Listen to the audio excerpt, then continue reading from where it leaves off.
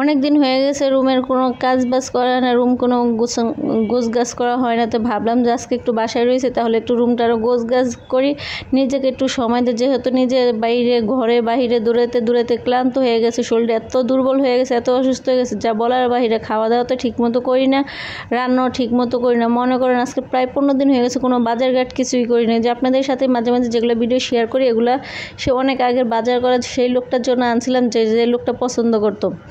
তো আজকে আমি রুমটারে কীভাবে পরিপাটি করি সেটাই আজকে আপনাদের সাথে শেয়ার করব। আমি রুমে কীভাবে গোছাই, যে আমার একটা পছন্দের চাদর, এই চাদরটা আমার অনেক পছন্দের, সেজন্য আজকে ভাবলাম যে এটাই বিছানাতে বিছাই, তাহলে একটু ভালো লাগবে। যেহেতু আমার পছন্দের জিনিস, তাহলে একটু মনটা একটু ভালো লাগবে। তো আগেরটা উঠাইয়া এখন নতুন আরেকটা বিছনার চাদর বিছিয়ে ফেলাইতেছে।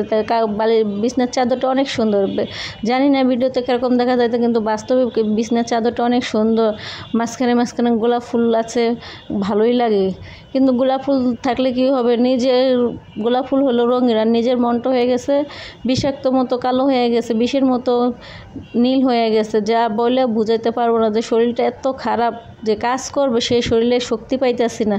তো কী করবে, যেহেতু আমার কোনো সহযোগিতা করার লোক না, আমার কোনো হেল্প করার লোক না, যে সেজন্য নিজের কাজ নিজেরই করা লাগে। যতই মন খারাপ থাক, যতই শরীর খারাপ থাক, নিজের ঘরটা যদি নিজে না গোছে অন্য কেউ তো দিবে না। যেহেতু আপনারা সবাই জানেন আমার সব থেকেও, তারপরেও আমার কেউই না, আমি শুধু একা একা থাকি। যে জীবনটা কীভাবে যে চলতেছে আল্লাহ ছাড়া কেউ জানে না।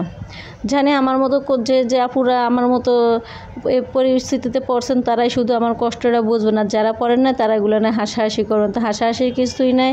আল্লাহ চাইলে মানুষের জীবনে অনেক কিছু করে ফেলাইতে পারে। আল্লাহর হুকুম ছাড়া গাছের একটা পাতা লড়ে না। তো আল্লাহর হুকুম হয়েছে যে আমার জীবনটা এভাবে চলবে, এভাবে থাকবে, সেজন্য আল্লাহ আমার জীবনটা এভাবে চালাইতেছে। তো আল্লাহর কাছে এটাই শুকরিয়া, আল্লাহ যেটা ভালো মনে করে সেটাই করো। তো ফাইনালি আমার বিছনাটা পরিপাটি হয়ে গেছে, ভালো করে গুছিয়ে নিলাম। এখনও কোলবালিশ দুটাই সুন্দর করে বিছানার মধ্যে পাইরে নিয়েছে। আমার দুটা কোলবালিশ না হলে আমার ঘুম আসে না, যেহেতু আমি কোলবালিশ সবসময় আমার ইউজ করাই লাগে। সবসময় কোলবালিশ না থাকলে আমার ভালো লাগে না। দুই সাইডে তো দুটা কোলবালিশ থাকে, আমি মাঝখানে থাকি, যাতে যেই সাইডে ফিরি সেই সাইডেই ভাবি যে আমার পাশে আমার লোকটা আছে ঘুমের মধ্যে, না হলে তো আমার ঘুম আসে না।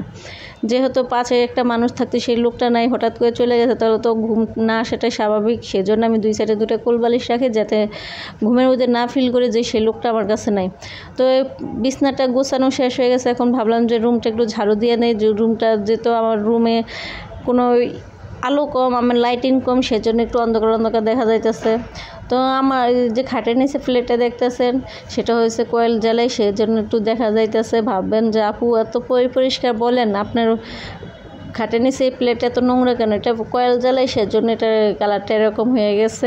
ধুয়ে পরিষ্কার করে রাখলো, এটা ডিসকালার হয়ে গেছে। যেহেতু কয়েলের জিনিস, সেজন্য তো পোড়া যাইতে যাইতে যাইতে যাইতে নষ্টই হয়ে যায়। তা আমার রুমটা আজকে কেমন হয়েছে অবশ্যই গোছানো, অবশ্যই কমেন্টস করে যাবেন। আজকে এই পর্যন্ত, আল্লাহ হাফেজ।